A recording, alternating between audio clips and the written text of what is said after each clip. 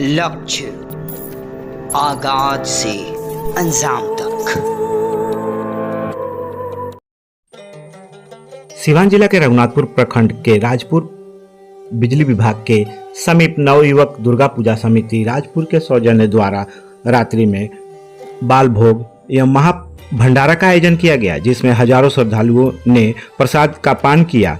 हवन पूजन के बाद माता दुर्गा का विशाल शोभा यात्रा बाजे गाजे के साथ निकाला गया, जिसमें भारी संख्या में महिला पुरुष उपस्थित होकर भाग लिए।